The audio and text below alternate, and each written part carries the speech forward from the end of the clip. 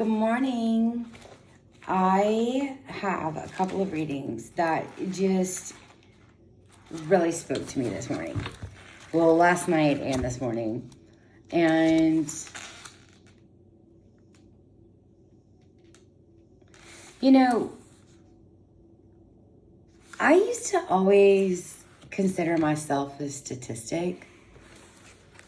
And because something happened to me when I was 15, I was like, oh my God, okay, I'm a statistic. I actually turned what happened to me around and worked doing volunteer work, doing acting skits, teaching kids about STDs, about getting pregnant, about drugs and alcohol at parties, the repercussions of it, all the things that you don't want to hear when you're 14 years old, 13 years old, 15 years old. But I started getting books from my grandmother when I was 13, 14 about STDs and the pictures and all the things. Because the first time she ever had sex, she was 15 and she got pregnant. And I think I've mentioned this. She got married in a different state because they wouldn't allow you to be married at 15. And we grew up in the Church of Christ. And this was not something that she did. And my family, let's just not talk about that. But anyways, I always thought of myself as a statistic because, you know, the alcohol that is in my family, the abuse that I've endured, all the things, the sickness, the Lyme disease, you know, statistic of white people that walk in needing opioids at the hospital. I'm just, you know, all the things. But Dallas Clayton, I wrote this down again. And it's Statistics by Dallas Clayton.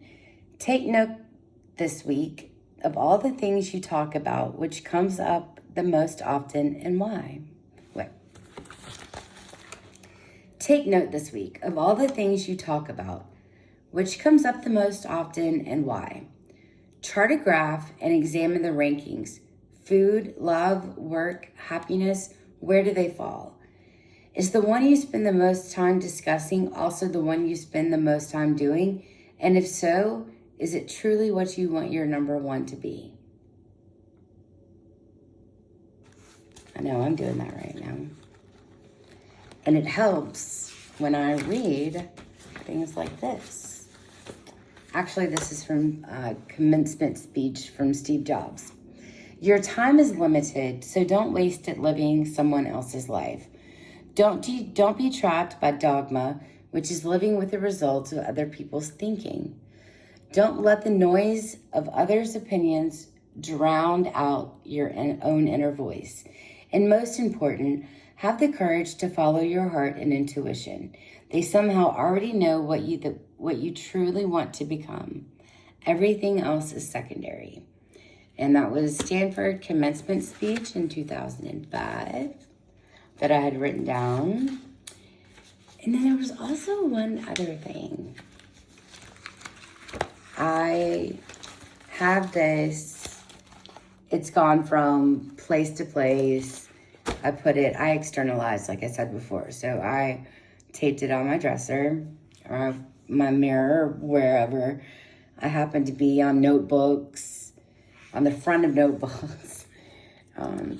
Because if you have a motto and you say it, it'll come true if you want it to. At least I think so. Still scary, but you know, whatever. I was this bird. The bird got so used to being in its cage that even when the door was left open, it didn't fly out.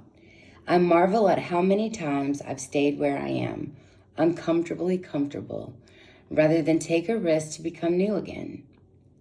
This is the opposite of the Zen mind, which is always new, always fresh, and always alive. Pretty sure that came from my guru. You know, I was 18. I could have left. I didn't have to be under my parents' spell. I didn't have to live with my ex and be in an abusive alcoholic cycle, but I was. And then I found out that door could open by the two most special people in the world.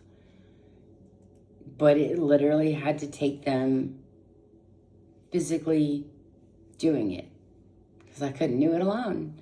And that's what all of this is all about. It's doing the next thing, right thing, by being part of your community and helping your community get the right stuff. You know, try something new, get out of your comfort zone, take a risk, be illogical to be logical. That's what Emmanuel Ocho said. Matthew McConaughey got him on the second podcast of Uncomfortable Conversations with the Black Man. I mean, come on. If everyone listened to what everyone else thought, no one would be anywhere. All right, and then also, this is also about my ex. I used to bartend, and there's a place, Knight's Pizza in East Tennessee, and that's kind of the area I went to boarding school in. But Johnson City is, you know, further on down the road. And all throughout my life, that's just been my safety place. The Nolichucky, and going down the river, going down the Noli, and I've just always just run back to East Tennessee whenever anything got hard, or I needed space, or I needed love, because that's where those people were. I mean, a lot of them are locals, and then I also have friends that are all over this world, and it's amazing. I don't talk to them anymore, but I know that if I needed to, I could get a hold of them. Some of them might spit in my face for politics, but I also don't think that they ever really got a chance to hear me out. They just heard me try to tell them not to be so crazy on Facebook, I guess.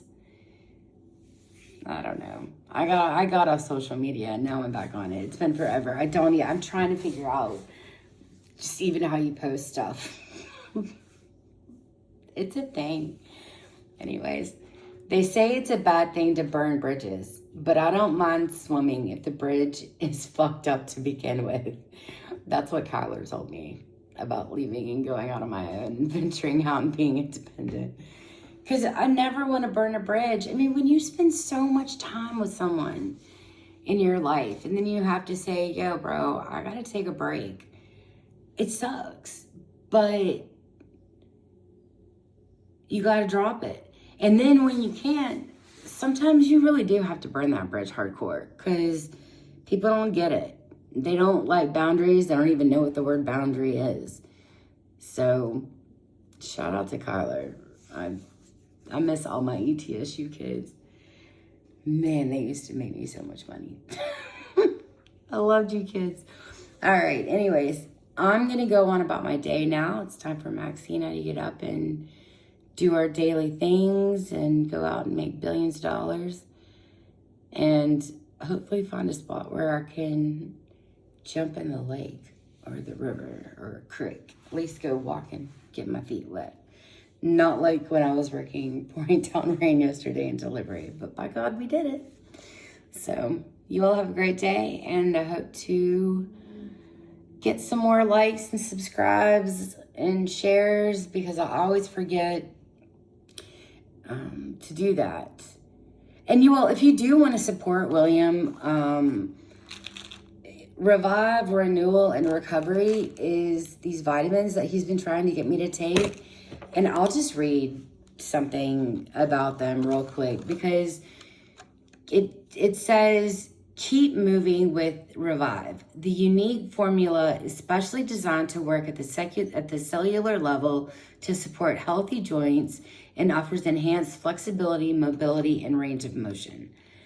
I wake up in the morning and I'm on my deathbed. I can't move. The other day I literally had to get Maxie to get me my pain medicine and my anti-inflammatory before I could even get out of bed. And apparently this company also has anti-inflammatory. And they're also in the,